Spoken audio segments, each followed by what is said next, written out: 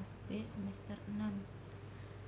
Video ini dibuat untuk memenuhi tugas akhir mata kuliah Qiraatul Kutub Siasah yang diampu oleh dosen Bapak Zainul Alim. Yang pertama saya akan menerjemahkan tentang qiraah kedua pertemuan keempat. Bismillahirrahmanirrahim. Fa'idha, maka apabila sabata telah ditetapkan wujubul imamati, wajibnya pemimpin, fafarduha, maka hukumnya wajib, al kifayati, itu wajib kifayah, kal jihadi, seperti jihad, wa thalabil ilmi, dan mencari ilmu, fa'idha koma, dan apabila telah mendirikan, biha, dengan pemimpin, man, siapa, huwa, orang tersebut, min ahliha, dari penduduknya pemimpin, sakoto, maka gugur, farduha, kefarduannya, alal kifayati, atas kifayah, wa illam yakum, dan jika belum ada yang melakukan, biha, dengan memilih pemimpin, ahadun,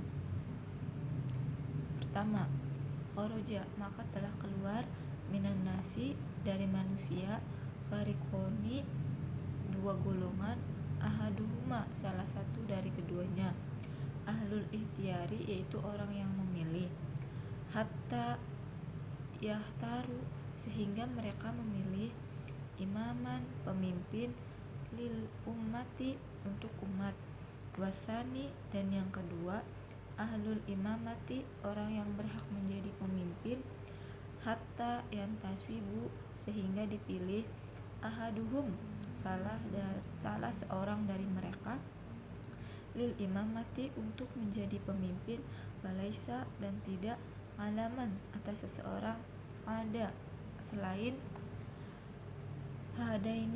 hadainil farikoini, dua kelompok ini, minal ummati, dari umat, fiya khiril imamati, di dalam meneguhkan pemilihan pemimpin, khoroja, harojun, kesalahan, wala ma'samun, dan tidak ada dosa, wa idza, dan apabila, tamayyaza, memiliki kelebihan, hadanil fariqoni, dua golongan ini, minal ummati, dari umat, fi fardil imamati, di dalam wajibnya imamah, wajaba, maka wajib, ayu tabaro, diakui, kulu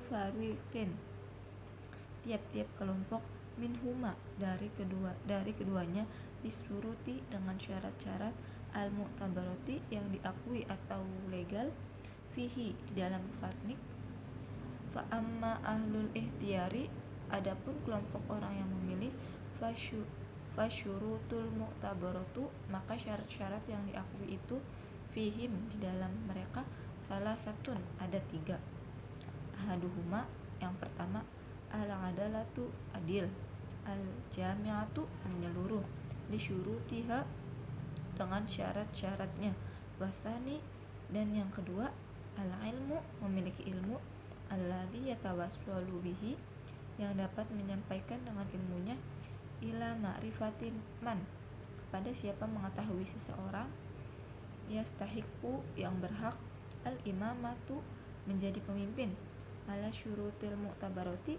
atas syarat-syarat yang diakui, fiha, di dalamnya, wasalisu, dan yang ketiga, ar-ra'yu, memiliki pandangan, wal hikmatu, dan sikap kebijaksanaan, al-muaddiyani, yang dapat mengantarkan, ilal ihtiyari, kepada memilih, man, siapa, huwa, yaitu, lil imamati, untuk menjadi pemimpin, aslihu, yang lebih layak, wa bitadbiril maswalihi, dan dengan mengatur kemaslahatan, afwamun, itu lebih sesuai, wa a'rafu, dan lebih bijak, walaisa, dan tidak, liman kana, bagi seseorang yang ada, fi baladil imami, di dalam negara pemimpin, ala ghairihi, atas selainnya orang, min ahlil baladi, dari penduduk negara, fadlu mariyatin, keutamaan kelebihan, taqaddama yang dapat melakukan, biha dengan pemimpin, alaihi atasnya orang, wa innama akan tetapi, suara menjadi, mayah duru seseorang yang hadir, di baladil imami di negara pemimpin, mutawaliya menjadi secara otomatis, li'aqdil imamati untuk mengangkat memilih pemimpin, urfan dengan tradisi, la syar'an dan tidak dengan syariat, li subuki ilmihim karena mereka mengetahui lebih dulu, bimautihi dengan kematiannya pemimpin, wali anna dan karena sesungguhnya, man seseorang, yasluhu yang layak, lil khilafati pada pemimpin, fil aglabi pada umumnya, maujuduni mereka yang berada, fi baladihi di negaranya. Nah, untuk selanjutnya yaitu tentang isim, fiil, dan huruf. Isim yaitu secara bahasa berarti kata benda, sedangkan secara istilah yaitu setiap lafaz yang menunjukkan nama hewan, nama tumbuhan, benda, dan yang lainnya. Contohnya kitabun, babun. Nah, yang kedua fiil. Fiil merupakan salah satu jenis kata yang mengandung morfem rangkap dalam bahasa Arab atau Al-Quran. Fiil juga bisa diartikan sebagai kata kerja. Contohnya kataba dan qoro'a. Yang terakhir yaitu huruf. Huruf yaitu kalimat yang menunjukkan sebuah makna kepada selainnya seperti man, hal, fi, lam, ala, sama inna.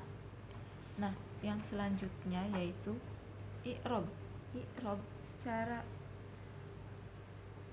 bahasa yaitu penjelasan dan penerangan, atau biasa disebut i'rob perubahan akhir kata atau kalimat karena perbedaan amil yang memasukinya, baik secara lafaz maupun secara perkiraan. I'rob yaitu perubahan akhir kata karena pengaruh kata atau amil lainnya. I'rob itu pembagiannya ada 4, i'rob rofa, i'rob nasab, i'rob jazm, sama i'rob jar. Yang pertama i'rob rofa. I'rob rofa itu ditandai dengan domah dan penggantinya yaitu wawu, alif, dan nun. Contoh domahnya ja'a zaidun. Contoh wawunya ja'a muslimuna. Contoh alifnya ja'a akhuka. Contoh alif yaitu al muslimani qaimani. Contoh nunnya taf'alina. Nah, yang kedua i'rob nasab. I'rob nasab ini ditandai oleh fathah dan huruf penggantinya yaitu alif, ya, kasroh, dan membuang nun.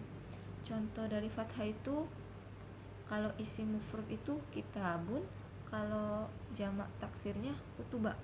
Contoh dari alifnya abaka. Contoh kasrohnya ra'aitul mu'minati tusolli sholatal asri.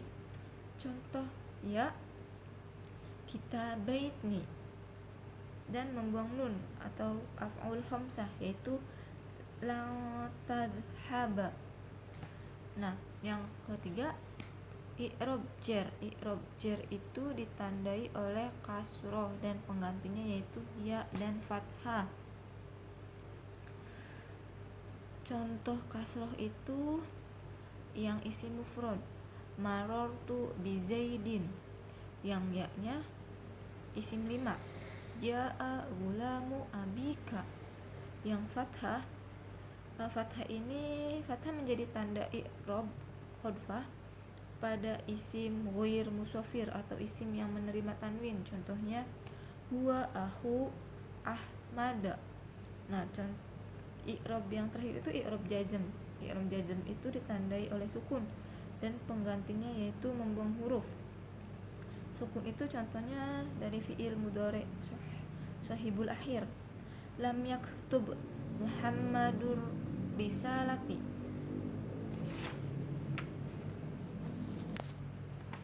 Nah, untuk selanjutnya yaitu jumlah ismiyah. Apa itu jumlah ismiyah? Jumlah ismiyah yaitu jumlah atau kalimat yang diawali dengan isim atau kata benda. Kalimatnya terdiri dari susunan mubtada dan khobar. Contoh kalimat ismiyah yaitu hadza qalamun, ini pulpen. Hadza yaitu isim isyarah atau kata tunjuk untuk muzakkar dan jarak dekat. Hadza itu sebagai mubtada. Karena dimulainya dengan isim, maka kalimat hadza qalamun dinamakan jumlah ismiyah. Nah, qalamun sendiri yaitu isim yang marfu. Qalamun dalam kalimat ini sebagai khobar. Qalamun adalah isim nakirah. Selanjutnya itu jumlah fi'liyah. Jumlah fi'liyah yaitu kelompok kalimat yang diawali oleh fi'il pada susunan kalimatnya. Jumlah ismiyah sendiri itu dibagi menjadi dua, yaitu fi'il lazim dan fi'il muta'addi. Fi'il lazim yaitu intransitif, tidak membutuhkan objek. Contohnya itu jalasa zaidun. Rumus fi'il lazim itu fi'il plus fa'il atau predikat plus subjek. Yang kedua fi'il muta'addi. Fi'il muta'addi itu transitif, membutuhkan objek. Contohnya yaqra'u zaidul qur'ana. Rumusnya itu fi'il plus fa'il plus maf'ul bih atau predikat plus subjek plus objek.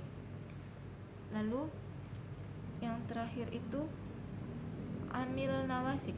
Amil nawasik atau perusak, faktor amil nih.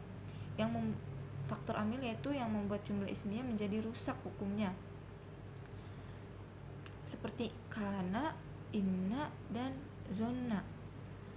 Susunan kalimatnya itu kana dan yang semisal, yaitu fi'il plus isim fi'il plus khobar fi'il. Kalau inna dan yang semisal yaitu huruf plus isim huruf plus khobar huruf. Amil kana dan yang semisal khobarnya itu mansub, mubtadanya itu marfu. Kalau inna dan yang semisal khobarnya itu marfu, mubtadanya itu mansub. Kalau amil zonna dan yang semisal khobarnya itu mansub dan mubtadanya itu mansub juga. Terima kasih. Sekian penjelasan dari saya, kurang lebihnya mohon maaf.